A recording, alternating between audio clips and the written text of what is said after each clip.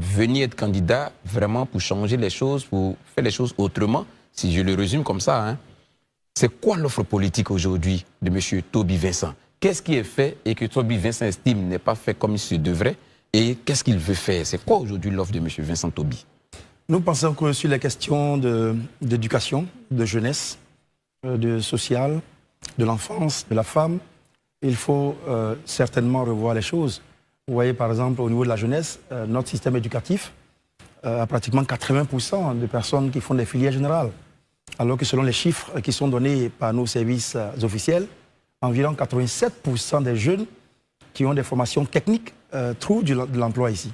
Pendant que les 80% qui sont dans les filières générales peinent à trouver du travail et s'occupent à des tâches qui n'étaient pas les tâches pour lesquelles ils sont à l'école. Notre offre voudrait revoir la question de l'éducation pour donner plus de chance à la jeunesse, qu'elle soit plus occupée parce qu'il y a beaucoup d'opportunités dans ce pays, qu'elle soit accompagnée et qu'elle contribue au développement.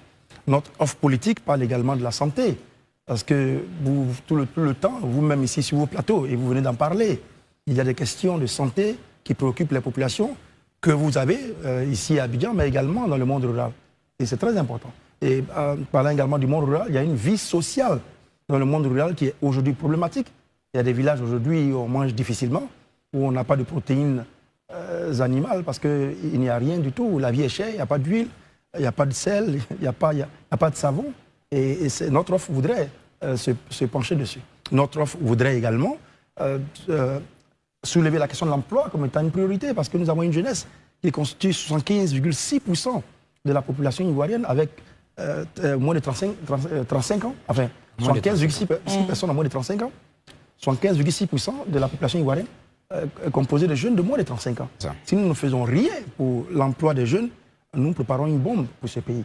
Et au-delà de ça, nous avons bien sûr des questions économiques sur lesquelles certainement nous reviendrons, et surtout des questions de réformes institutionnelles pour permettre plus de démocratie en Côte d'Ivoire, plus de liberté, et que les institutions atteignent leurs objectifs, ce pourquoi elles ont été mises en place. Voici un peu en résumé notre offre politique. Élysée relance. Ok.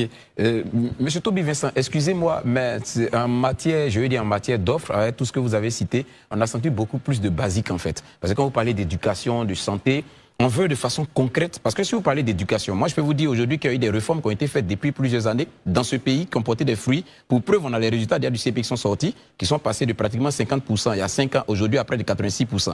Donc on peut dire qu'il y a des réformes qui ont porté. Même si vous allez sur le secteur secondaire, il y a des jeunes aujourd'hui qui entrent dans les meilleures écoles à l'international. Aujourd'hui, on a depuis 2015 jusqu'à aujourd'hui, on a environ 50% de jeunes qui ont intégré le polytechnique, ce qui n'avait jamais existé depuis 80 ans. Maintenant, on était autour d'une dizaine de personnes.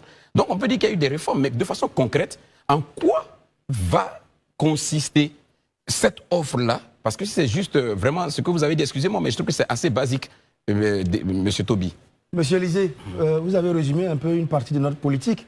C'est justement le basique qu'il faut. C'est ce qui manque aujourd'hui. C'est parce qu'il n'y a pas de basique qu'on a encore le choléra ici à Abidjan, parce que Bakri, c'est Abidjan. C'est parce qu'il n'y a pas d'éléments basiques, d'encadrement basique.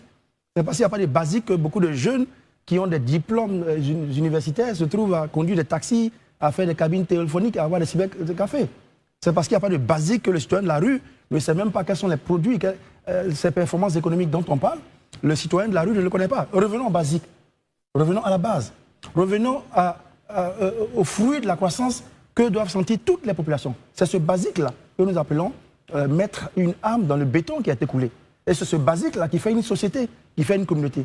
Si vous avez un pays avec des indicateurs économiques très intéressants et qui est félicité par toutes les institutions, et que le citoyen de la rue, celui qui sort de life ici, ne sent rien, n'a pas à manger, ne peut pas se faire soigner, a le choléra, n'a pas d'espoir, n'a pas d'horizon, le basique manque. Donc il faut installer le basique qui est l'âme, qui est l'humain, dans tous les projets que nous avons. Très bien. Herman? J'étais en train de le regarder. Moi, je voudrais savoir, vous savez, on est dans un contexte où plus ou moins des figures comme Laurent Gbagbo, Tidiane Thiam, Blé Goudé et Akossi Benjo et même Guillaume Soro sont exclus par des événements juridiques pour la plupart du processus électoral, ne peuvent pas candidater. Quelle est votre analyse sur cela? Le président Tidiane Thiam, le président Laurent Gbagbo, l'ancien président de l'Assemblée nationale Guillaume Soro le ministre Charles Blé Goudé ne figure pas sur la liste électorale, mais leur parti politique, à cette heure où je parle, n'ont pas encore décidé de ne pas participer aux élections. Ça, c'est le premier élément. Deuxième élément, il est regrettable que la Côte d'Ivoire soit encore à exercer une vie démocratique avec autant de tensions et autant d'exclusions. Et ce n'est pas souhaitable. Il est important, quand un pays a cette histoire de violence politique, quand chaque année, chaque élection présidentielle, un pays s'effondre, est déchiré, divisé, chaque élection doit être l'opportunité de réfléchir aux décisions que nous prenons. Et il n'est pas bien que M. Tidiane Thiam ne soit pas sur la liste électorale. Il est dangereux que le président Laurent Gbagbo ne soit pas sur la liste électorale. Il est, je dirais, indécent que Charles Blé Goudé ne soit pas sur la liste électorale. Il est risqué que Seom Guillaume, l'ancien président de l'Assemblée nationale, ne soit pas sur la liste électorale. Ce n'est pas comme ça qu'on bâtit un pays. Mais une question pour la réponse. Est-ce que vous avez confiance, puisque vous avez annoncé votre candidature, avez-vous confiance au processus électoral tel que mené par la Commission électorale indépendante? Et c'est la troisième raison de notre candidature. C'est justement parce qu'il y a cette situation de tension. Il y a cet horizon obscur sur la voie de la démocratie que nous décidons d'apporter notre expérience à la vie politique. Les partis traditionnels ont toujours fonctionné. Sous le PDCI, au temps de Fauboigny, il y avait des exclusions, il y avait des emprisonnements. Sous l'aide du président Laurent Gbagbo, il y a eu la même chose. Sous Henri Konan Bédié, aujourd'hui sous le président Alassane Ouattara. On a une répétition des pratiques politiques, mais ce sont les présidents qui changent. Il faut peut-être qu'on arrête de confier les rênes de notre pays à des partis qui sont plus préoccupés à pousser leurs agendas personnels de parti plutôt qu'à pousser l'agenda du pays. Et nous voulons maintenant, nous, qui n'avons pas un long itinéraire dans ces partis politiques, nous voulons aujourd'hui tourner la page. Et nous pensons que nous avons les outils pour réconcilier la Côte d'Ivoire, pour remettre la Côte d'Ivoire sur la voie de la démocratie, pour que ce pays avance dans la meilleure direction en évitant les exclusions. Est-ce que, comme l'opposition, vous estimez qu'il y a des préalables pour aller aux élections, à l'élection présidentielle, qui doivent être levés avant d'y aller? Est-ce que vous, en tant que candidat aujourd'hui, vous estimez que ces préalables-là doivent être entendus avant d'aller à l'élection présidentielle? Il y a des préalables. Vous savez qu'un grand parti tel que le PDCI-RDA a transmis à des instances internationales des préoccupations en 7 points, dans lesquels il y a quelques points importants qui ne paraissent pas, notamment le parrainage. Aujourd'hui, si nous voulons que la Côte d'Ivoire ne retombe pas, ne ressombre pas, ne se retrouve pas dans tensions qui ne finissent pas, il faut peut-être reconsidérer la question de la liste électorale. Il faut peut-être permettre une ouverture des sections locales et des sections centrales de la commission électorale pour que les partis qui participent à la compétition puissent avoir confiance dans ce processus, en tout cas pour ce processus de 2025. Marius? Monsieur Toby Vincent, vous n'ignorez pas que la vie est chère en Côte d'Ivoire. Que pensez-vous très concrètement de ce que vous entendez faire pour améliorer les conditions de vie des populations au soir du 25 octobre 2025? Vous êtes resté constant avec vous-même, monsieur Marius, depuis ces 10 ans que je vous connais sur la question de la défense des consommateurs. Exactement. Et, la vie chère n'est pas un phénomène isolé. La vie chère est liée aux réformes économiques, nos importations, nos taxations, notre fiscalité, notre industrialisation, l'incitation dans le monde agricole. C'est ça qui crée la vie chère. Si vous n'avez pas de bananes, ce n'est pas parce que la Côte d'Ivoire ne produit pas de bananes, mais c'est parce que le circuit de distribution des zones rurales en ville peut-être n'est pas là. Si le riz coûte cher, c'est parce que peut-être des quotas qui sont accordés ou les moyens d'exploitation du riz amènent ce riz à être un peu plus cher. Donc ce sont les réformes institutionnelles, fiscales, économiques, dans notre mode de production qui vont amener à baisser le coût de la vie. Mais ce n'est pas juste une décision de mettre le riz de tel montant à tel montant qui casse l'élan du prix du riz. C'est un ensemble de mesures. Et c'est ce que nous voulons proposer pour que les gens se... Comment vous pouvez concevoir qu'aujourd'hui, vous, Marius, peut-être que vous avez un peu de moyens, mais il y a des Ivoiriens qui ne peuvent plus manger de la loco. Je croule sur le même poids. Pourtant, moi j'ai une plantation et il y a des productions partout. Exactement. Vous connaissez un seul planteur en Côte d'Ivoire qui a 1 hectare d'igname? Non. 1 hectare d'igname, c'est tout petit, hein? Mais ça produit tellement que les villageois ne peuvent même pas les mettre dans des moyens de transport pour qu'ils viennent à Abidjan. Pourtant, l'igname, le manioc, coûte cher. Donc, c'est tout le système de production, de distribution, de commercialisation qui doit être revue avec d'autres réformes institutionnelles pour que la vie soit moins chère. Il y a également la corruption. Il y a des gens qui peuvent prendre une bâchée de manioc d'un point à un autre, qui vont payer beaucoup de frais ici et là. Donc c'est toutes ces incidences-là qui créent la vie chère. Et en travaillant sur certains aspects, on arrive à réduire le coût de la vie. Très bien. Relance, non? Oui, absolument. Allez-y.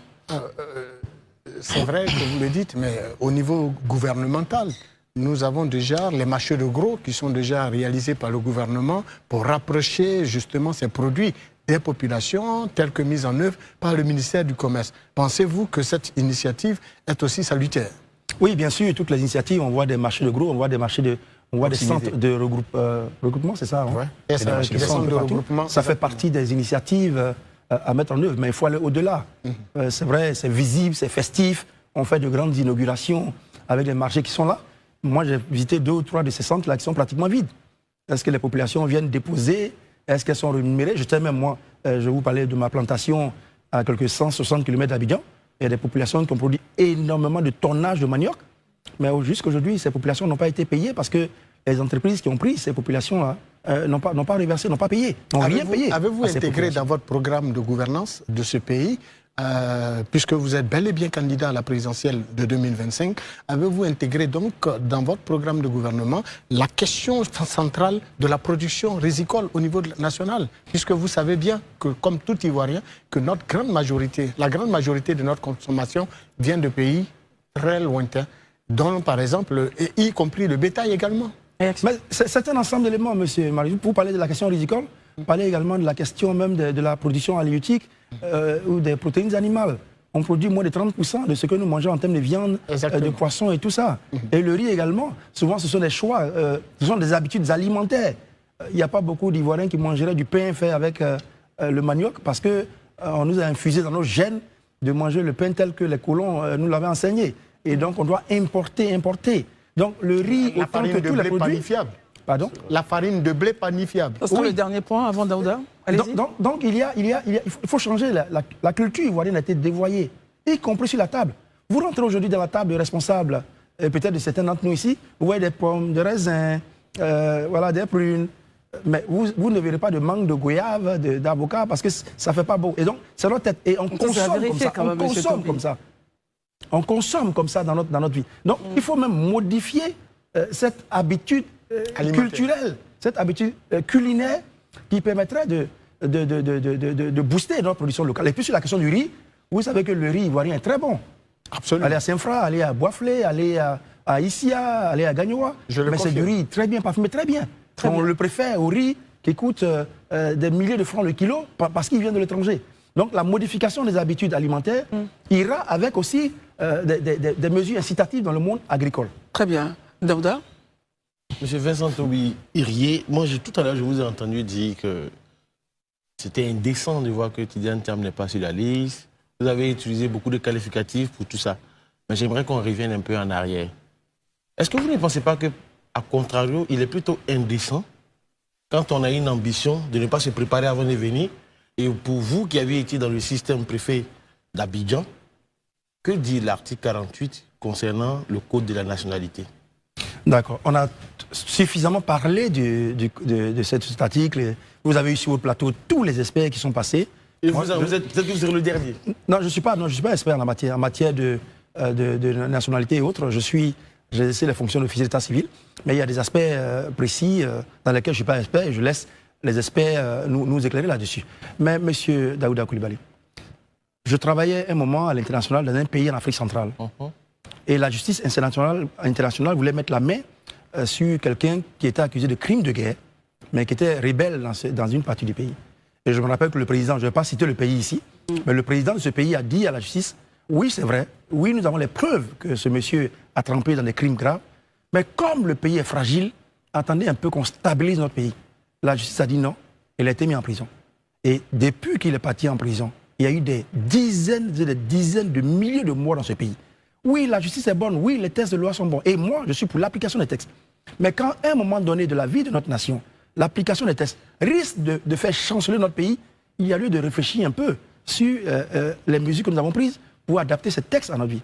Oui, c'est vrai, vous pouvez avoir raison parce qu'il y a des situations aujourd'hui qui qui condamne certaines personnes. Mais la Côte d'Ivoire est plus forte que tout. La Côte d'Ivoire, le pays, c'est plus fort que tout ce qu'il y a comme considération. Et pour que nous vivions encore dans cette Côte d'Ivoire en paix, il faut que nous fassions tous les ajustements nécessaires pour ne pas ébranler notre pays et pour qu'il y ait une participation large aux élections présidentielles de 2025. Donc vous êtes en train de me dire concrètement ici, M. Vincent Toby-Irié, que quand on est homme politique, on est au-dessus de tout. On doit passer tout à perte et profit. Parce que les hommes politiques peuvent faire chanceler la vie de la nation en Côte d'Ivoire. Donc pour ça, on doit faire passer tout en perte et profit. Est-ce que c'est ce que vous êtes en train de dire? Vous parlez de l'article 48, parlez également... Non, je ne parle pas de l'article, parce que là, tout à l'heure, vous avez... L'allégorie que vous avez fait avec le pays africain, dont je ne sais dans quelle région de l'Afrique vous c'est, mais quand on regarde, ça pouvait créer des dissensions. Mais la situation que vous êtes en train d'expliquer ici, M. Vincent Toby, en 2020, avec la fameuse CNT, on a vu la même chose. Est-ce que vous êtes en train de nous dire sur ce plateau... Qu'est-ce qu'on a vu avec CNT en 2020? Mais la CNT, on a vu des gens couper des billes de bois. Oui. Oui, le CNT, merci. On a vu avec le CNT des gens couper des billes de bois, brûler des bus, s'attaquer aux édifices et autres. Mais la vie de la nation est chancellaire. Oui. Mais malgré tout, nous avons avancé. Est-ce que vous êtes en train de dire sur ce plateau devant les Ivoiriens que parce que des hommes politiques menaceraient de tout mélanger, donc finalement, on doit les laisser passer pour devenir candidats et tous? Non, ce n'est pas cela. Donc expliquez-vous le fond. Ce n'est pas l'homme politique qui est au-dessus du pays. Personne n'est au-dessus du pays. Aucun individu, qui qu'il soit. Même le président de la République n'est pas au-dessus du pays. Le pays est au-dessus de tout. Et aujourd'hui, le pays est menacé de stabilité. L'unité, l'union du pays sont menacées. Et je dis donc, quand c'est comme ça, on essaie de revoir les députés. Et puis, M. Daouda, ce n'est pas la première fois que la Côte d'Ivoire s'est arrêtée pour dire, écoutez, il y a problème, revoyons. Ce n'est pas la première fois. On l'a fait pendant toutes nos discussions à Makossy, à Accra, à Pretoria et tous ces pays. On s'est arrêté un moment. Parce qu'il y a des moments où des personnes étaient touchées par des textes et on a senti que le pays allait chanceler, allait s'ébranler comme on le voit aujourd'hui. On a dit non, pour l'union de la Côte d'Ivoire, on fait une ouverture pour une large participation. Pourquoi aujourd'hui, en 2025, cela n'est pas possible? Pourquoi, quand ça touche les autres personnes particulièrement, ce n'est pas possible? On l'a déjà fait en Côte d'Ivoire, n'est-ce pas? Monsieur Vincent, on a déjà accommodé des situations. Il termine.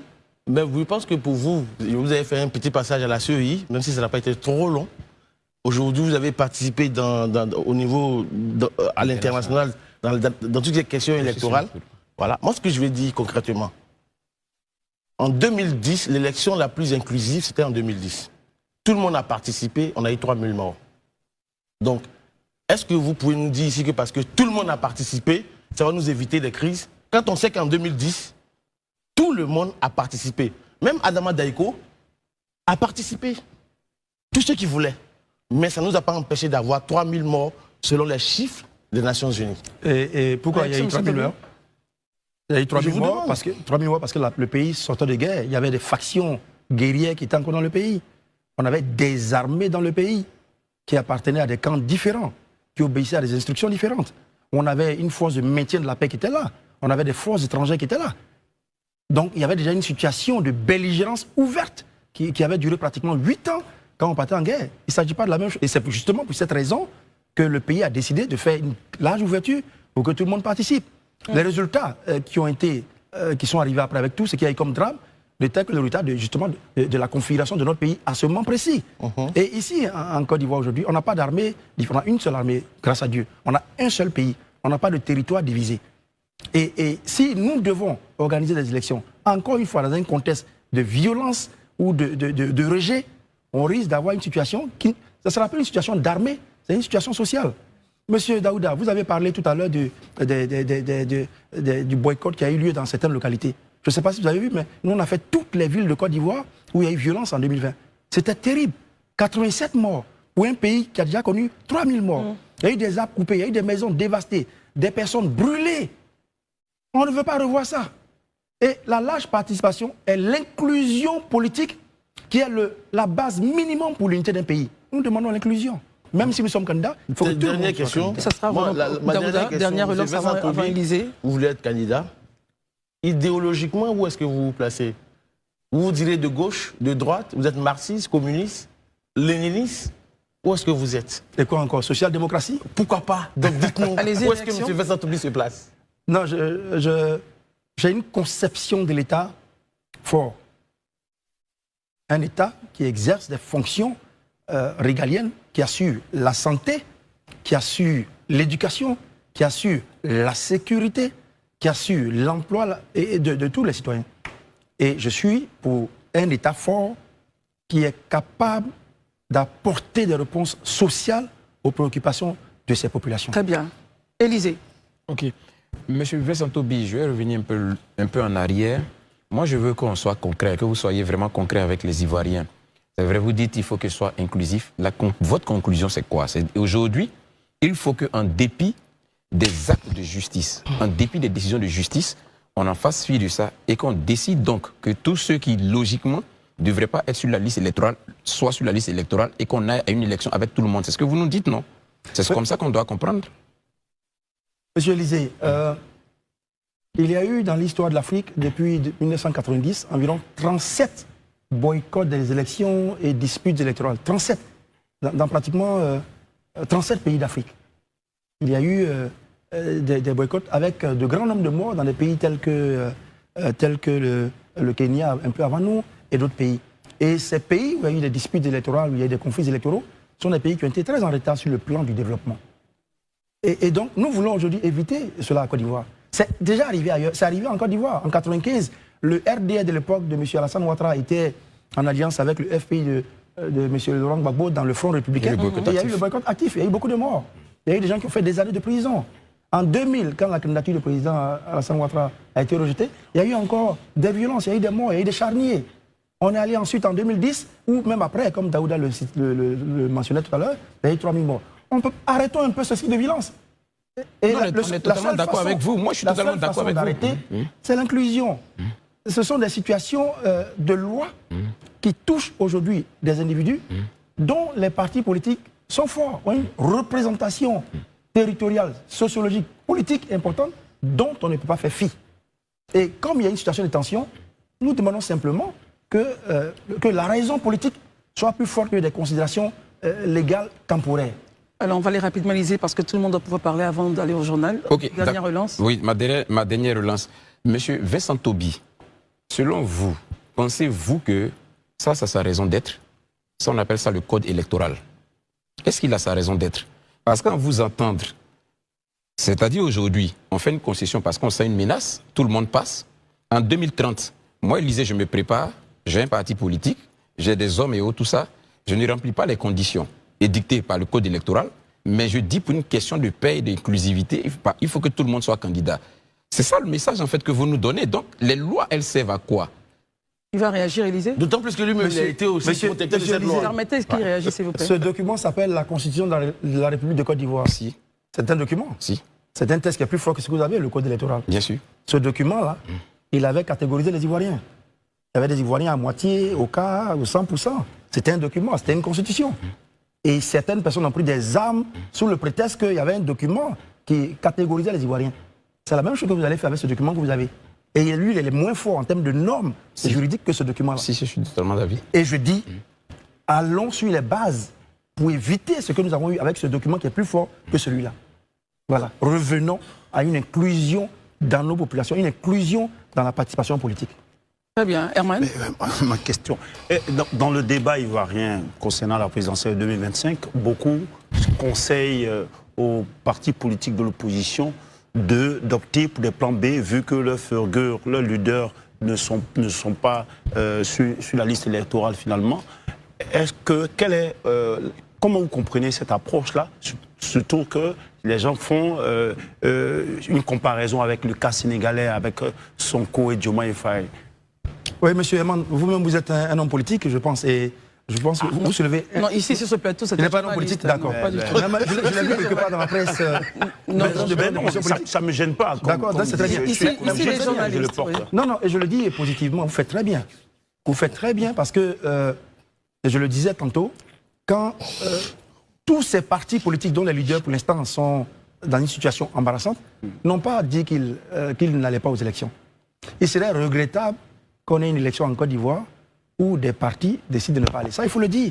Parce que ceux qui peuvent... Il y a une étude très intéressante, pour ceux qui peuvent vérifier, Threaten but participate. C'est une étude anglaise qui dit menacer, mais participer. Et c'est une étude qui a mis en lumière l'ensemble des dizaines de boycotts dans des pays où c'est l'opposition qui a perdu. Le pouvoir a certes été fragilisé, mais l'opposition a perdu. Et il y en a où l'opposition a carrément disparu. Donc c'est important, pendant que je défends la participation de tout le monde, que les gens commencent aujourd'hui à réfléchir. Parce que, disons-le tout net. Hein, à réfléchir à quoi, à réfléchir à quoi? À supposer que nous tous, que l'opposition refuse de participer aux élections de 2025, le RHGP sera encore au pouvoir pour un minimum de 10 ans. Que le président Alassane Ouattara parte ou qu'il ne parte pas, à partir de 2025, il y aura un ancrage très fort au niveau du RHGP pour partir au moins pendant 10 ans. Le PDCI, le PPACI, le FPI verront leurs chances vraiment assez aménuisées dans les processus électoraux. Donc vous avez raison, il y a des situations de fait, mais quand on va au combat, il faut avoir toutes les ressources, il faut être plus malin que l'adversaire pour pouvoir contourner. Finalement, vous suggérez... Parce que si Sonko, par exemple, c'est le cas sénégalais que vous avez pris, hein, si Sonko avait dit « moi je ne suis pas dessus, c'est pas la peine », qu'est-ce qui se serait passé? Il ne serait pas Premier ministre en tout cas. Voilà. Donc c'est les choses auxquelles on réfléchit. Mais nous sommes solidaires de la position de l'opposition de façon générale pour la stabilité de la Côte d'Ivoire. Très bien, Marius. C'est quand même intéressant, hein, tout ce que vous avancez. Cela veut dire qu'il y a encore de l'espoir dans ce pays. N'empêche que la réalité est tout autre. Quand vous regardez la situation nationale aujourd'hui, et avec toute la crispation autour de l'élection de 2025, quelle suggestion pouvez-vous faire au pouvoir public en vue d'une élection 2025 apaisée et qui garantit assurément l'unité, la paix sociale et l'unité nationale? M. Koumoué, nous constituons cet espoir-là. C'est pour cette raison que les Ivoiriens doivent avoir la force aujourd'hui d'apprendre à regarder au-delà des partis traditionnels. Nous sommes de la sève de ce pays et nous sommes un ensemble de personnes qui nous mettons ensemble pour faire avancer le pays. Parce que nous pensons que si le FPI est au pouvoir demain, si le PPACI, si le PDCI, si le RHGP arrive au pouvoir, ils vont répéter ce que les autres font. Parce qu'il y a des comptes à régler, il y a des frustrations qui sont là, qui se sont accumulées. Il est temps aujourd'hui que la Côte d'Ivoire met tous ces partis de côté pour nous faire venir, pour qu'ensemble nous scellions la réconciliation. Et nous allons proposer des réformes démocratiques parce que quand on parle d'élection, vous voyez qu'actuellement la liste électorale et la commission électorale, mais il y a les libertés. La Côte d'Ivoire est de plus en plus dernière sur la question des libertés ici en Afrique. Et vous-même, je ne sais pas si on ne vous l'a pas dit souvent sur vos plateaux parce que vous prenez souvent des libertés de ton et il n'est pas bon que la Côte d'Ivoire n'ait pas des libertés. Donc les réformes qui vont arriver seront sur les questions de liberté, sur les questions d'institutions qui doivent être crédibles, notamment la commission électorale, sur les questions un peu plus en amont, les questions de justice, pour que l'Ivoirien ait confiance à la justice. Comme ça, quand il paie les élections, quand il paie une affaire, quand il paie une situation, il peut aller à la justice sereinement et savoir que le droit sera dit s'il a tous les arguments. Donc nous allons proposer un ensemble d'éléments, des réformes institutionnelles qui vont passer par là. La stabilité. Et la stabilité, c'est la justice. La justice, c'est la démocratie. Il faut stabiliser ça d'abord. Et ce sont des réformes que nous, en tant que président, nous allons mettre en œuvre dès que le peuple nous accordera sa confiance. Très bien. Daouda, je pense qu'on termine avec vous. D'accord. Merci beaucoup, Christelle. Monsieur Vincent Toby Irié, selon certains observateurs, parce que vous êtes, avec la réponse que vous venez de donner, vous n'êtes ni à gauche ni à droite, vous n'avez pas cette conception-là, mais l'opposition pense que vous êtes vous avez une position un peu alambiquée. Parce que souvent, vous soufflez le chaud et le froid en même temps. Monsieur Daouda, vous voyez, c'est ça qu'on a... C'est pas moi, non, mais les observateurs. C'est vous qui avez dit... Je ne fais que transmettre. Mais donc, comme c'est vous qui transmettez, je vous parle, vous êtes le messager. D'accord. Ne tuez pas le messager au passage. Non. Bon, enfin, si le messager porte des messages, ce ne pas toujours exact. Monsieur Daouda, ouais, c'est ce qu'on a appris en Côte d'Ivoire. Allez sur les réseaux sociaux. Vous-même, Daouda, il y a quelques jours, je vous ai vu écrit sur les réseaux que vous n'êtes plus sur Facebook. Je voulais partir. Mais vous voyez, c'est ce qui se passe. On a appris aux Ivoiriens à être pour ou contre. C'est ça. Tu es PDCI, tu es FPI, tu es PRAPI, si tu es RHGP, c'est que tu es contre le PDCI. Quand tu es au PDCI, tu es contre le PPACI. Et c'est comme ça qu'on vit. Donc, si aujourd'hui, j'estime que le PPACI, nous on est sortis pour demander, un moment quand les gens ne voulaient pas que Laurent Gbagbo vienne ici, le président, on a dit non, c'est pas possible. Si aujourd'hui, je dis que j'ai des positions qui sont pour le président Laurent Gbagbo, je suis PPACI. Si demain, je dis le président Alassane Ouattara a bien travaillé, on a appris à catégoriser. Donc, ça a tué l'honnêteté intellectuelle. C'est ça. Il y a quand même l'intellect qui fonctionne, qui dit ça, c'est pas bon. Je dis qu'il y a une raison ici. Mais on a appris à catégoriser les réactions des Ivoiriens et à les classer. Et comme les Ivoiriens, souvent, ont peur d'être classés, ils se conforment. Si. Ils se conforment à la croyance populaire. Je dis que nous, on n'est pas à gauche, on n'est pas à droite. Est-ce qu'on est obligé d'être à gauche, à droite? Je dis des choses qui me semblent être du bon sens. Et puis, M. Daouda, vous posez la question peut-être pour les auditeurs, pour les téléspectateurs. Mais vous savez que ce que je dis, je le dis d'expérience. Les Ivoiriens ont fait 3000 morts, ils ont eu 87 morts. Ça ne leur semble pas beaucoup. Moi, mon expérience de vie m'a fait voir des milliers, des dizaines de milliers de morts. Et donc, ce avec quoi vous jouez, avec les exclusions, avec le partisanisme prononcé, ça a tué des peuples ailleurs, ça les a retardés. Et c'est loin de cette expérience que je dis, ne jouons pas avec le feu.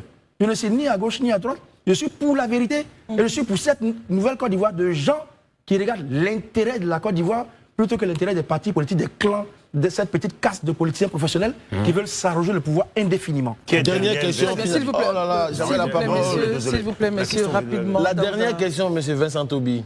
Vous n'avez pas de parti, de soutien fort. Bientôt, on commence le parrainage. Qu'est-ce que vous en pensez? Demandez d'abord si le parrainage est juste. Le parrainage est une injustice, je l'ai dit. Vous êtes un parti politique, vous êtes le RHGP.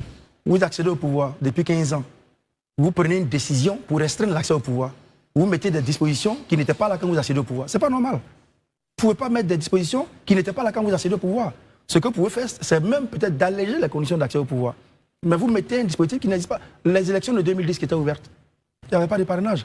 Monsieur Laurent Gbagbo a été candidat contre Félix Houphouët-Boigny, le grand Félix Houphouët-Boigny. L'enseignant de Laurent Gbagbo était candidat sans parrainage. Et on met aujourd'hui un dispositif juste pour gêner les gens. Le parrainage n'est pas un problème de parti politique. De gros partis pourraient ne pas avoir le parrainage. Et vous le dites, c'est une logistique compliquée. Et puis c'est, je vais le souligner à nouveau, c'est dangereux. Monsieur Daouda Coulibaly, vous et moi on se connaît depuis longtemps. Si vous me parrainez, que Élysée, qui n'est pas avec moi, qui est à la commission électorale ou qui est dans des instances, voit votre nom sur le parrainage avec votre, il peut vous appeler pour dire que vous avez parrainé, il peut vous menacer. Donc c'est pour toutes ces questions-là que nous Monsieur Vincent Toby, soyez on n'aura pas de relance, on n'aura pas de relance, s'il vous plaît. Ah, mais ça c'est une bonne chose.